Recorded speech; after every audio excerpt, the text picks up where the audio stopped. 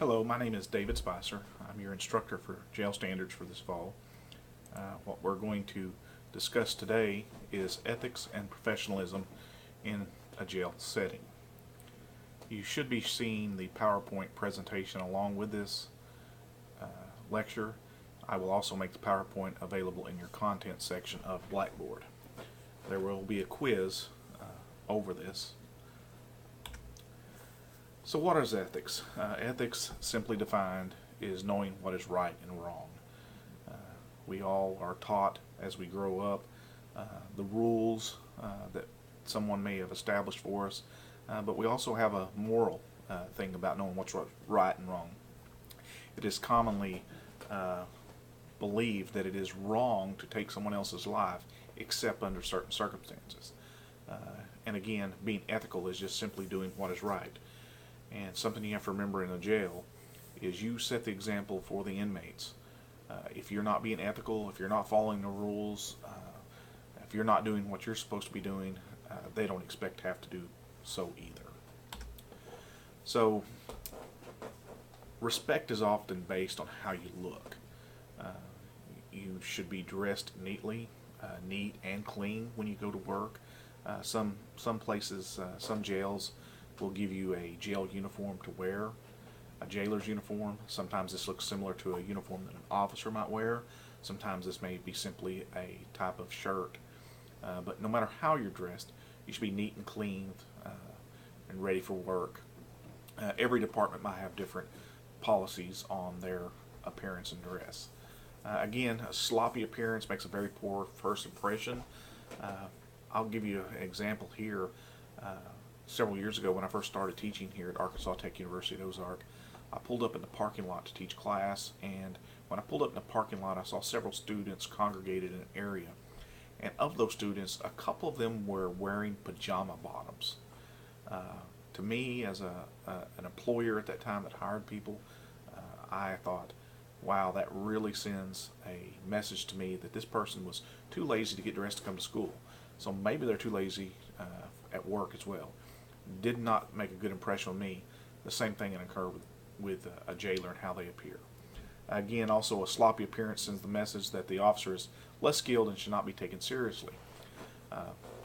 Several years ago in Logan County, unfortunately an officer was killed from a magazine marshal, Marvin Ritchie. This happened in the 1970s, a long time ago. The two men that killed him were later apprehended in another state, and everyone who had ever came across them always, they did not go willingly to jail.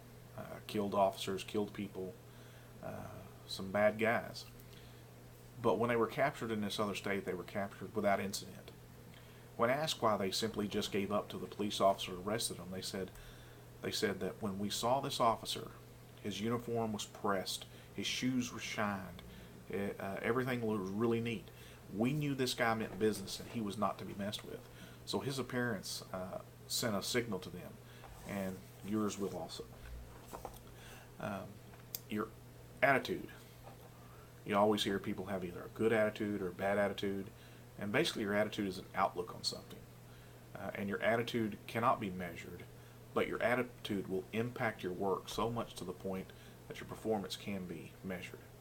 And so if you have a bad attitude that's going to be negative towards your work, your profession, maybe comments you make, things like that, it's going to cause workplace problems.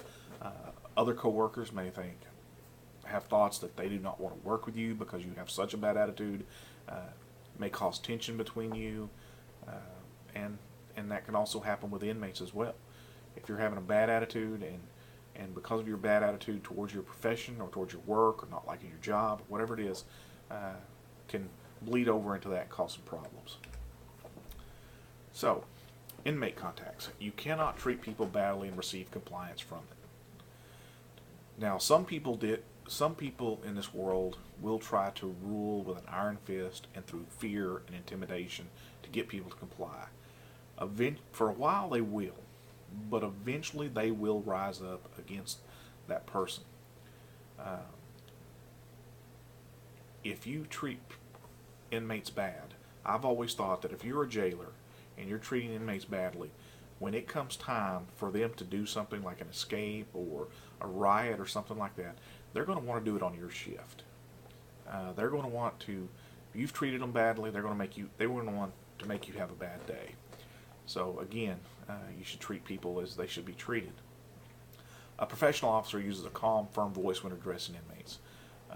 Yelling and screaming at them is not going to make anything better. If nothing else, it will cause them to get angry and cause them to rise up even more and be even more upset and less cooperative. And again, you should never direct profanity. It is unprofessional. It shows that you have maybe a temper, or that you are easily upset, that they're able to push your buttons and get you to say things, and eventually file complaints on you that, according to policy, could also get you into some trouble with your employer. Losing your temper demonstrates an inability to control your emotions and puts you on the level of a street bully. I once had a jailer that I had to talk to about them losing their temper with inmates. Inmates are in the jail. Some of them are not going anywhere fast. They're there 24 hours a day, 7 days a week, with a lot of time on their hands to think about things, and sometimes they have to create their own entertainment. And I told this jailer that I think they're creating their own entertainment by pushing your buttons. They figured out what would upset him and get him to snap and yell and scream, and we had to work with him on that, because again, they just thought it was funny to make him mad. Again, a professional officer would never abuse, threaten, or use improper force against an inmate. One, it's not right. We're talking about ethics. It's not right. Two, it's going to get you into legal trouble. Usually that abuse is going to come out. It could cause you to lose your job. It can also cause criminal charges. Again, force, when it's used, must be reasonable. I use that word a lot in class. I'll use it a lot. If we're acting reasonable under the circumstances we're under, then we're never going to be in trouble. Always side on the side of reason, and you will be okay. A professional officer knows that a well-placed compliment or statement or greeting goes a long way with developing respectful relationships with fellow officers and inmates. I would always tell my jailers that were under my watch that I would suggest to them referring to inmates by Mr. or Mrs. and their last name. I would also expect inmates to refer to the jailers by Mr. or Mrs. and their last name. I think that goes a long way with respect. Also, still thanking an inmate when they do comply with an order. Thank you for doing that, or once they've completed something, or even saying, hey, you did a good job on cleaning your cell today. That'll go a long way with respect and your relationship with them. And do the same thing with your officers. You know, the old golden rule, treat others as you would want to be treated. It'll go a long ways between the inmates and your fellow co-workers in a jail. Off-job behavior can cause a problem. Your behavior follows you into the facility. If you were to be out committing crimes, whatever it may be, even though you haven't got caught, if other inmates know this and you just haven't been caught, that's going to cause a lot of problems. They're going to view you the same as them, and it will always cause them to act negative towards you. So your behavior outside of the jail, even though you're not on the job, can be a problem, and you should always be ethical on the outside and follow your department's policies on your off-the-job behavior. Again, you should never use obscene or racial comments towards any inmate or anyone, actually. You should never harass the inmates. I recall in one of my last jail classes, I had a student who worked at a jail at the time, and he expressed to me there was a jailer that he worked with that on the midnight shift, when these inmates would primarily be sleeping, just to have fun, this jailer would go along through the jail and bang real loud on a cell door from time to time to startle or wake up the inmates inside. For some reason, he saw that as a fun thing to do. That's nothing more than harassment, and that should not be tolerated. Again, if you're harassing the inmates, you may seem safe at the time, but some of these people that are in jail are very violent people. When they decide that they've had enough and they're going to go off and hurt someone, you may be the one. If you're harassing them, you may be the one. If they have an escape plot, they're going to want to escape on your shift to make you look bad. So remember these things. Fraternizing with inmates is a big no-no. One, it can get you fired. It can also be criminal charges against you. When you fraternize with them and you get to get to know them, it will cause weaknesses. They will expect favors from you. They will use that information against you to blackmail you in some way, threaten to tell your bosses to get you caught. They will try to come up with some evidence that they can prove that you're fraternizing with them. It will get you in trouble. If you have relationships that move on into a sexual relationship, and trust me, it's happened. I've seen it so many times where employees became involved in sexual relationships with inmates. That is also a criminal charge in the state of Arkansas. Because you have authority over that inmate, even if it's consensual, them having sex with a jailer is not considered consensual by law, because you have authority over them, as if they have no right to say no because they're afraid of what will happen to them if they do not engage in the activity. So you can be criminally charged with engaging in it as well. Making derogatory comments about another inmate or an officer. You should never be talking about another inmate to an inmate and say, that inmate over there in that cell, he's no good, he's a bad guy, he's going to go away forever, he never does anything right. Maybe say something about you. Any other thing, you just shouldn't be talking about it. Also, other officers, you shouldn't say, well, when so-and-so gets here in the morning on the day shift, man, they don't ever do anything, they're lazy, I'm the only one doing it. Shouldn't make any comments like that around them. And again, any derogatory comments like that or others should be made. Never sleeping on the job. Should always be alert at all times. And if you're sleeping on the job, eventually it's going to get found out. A lot of jails now have cameras. They see what's going on. Somebody's going to know. Working a midnight shift can be really bad and tiring. So make sure when you're off the job, get plenty of rest where you're able to stay alert. Also, another thing would be falsifying a report. This could cause problems, cause you terminated, but it also could be a crime. You could also be charged with crime with this. Always be truthful. If you always tell the truth, you have nothing to worry about.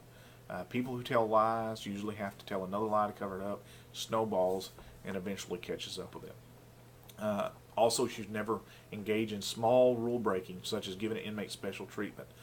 You might say, what does it hurt to give them? For example, let's say you give them a little extra tea at lunch, and you're not supposed to. That little favor, it builds from there. They're going to expect more. They're going to try to expect you to give them even more favors. And then if others know you're giving one particular inmate favors over another, that's going to cause problems in the long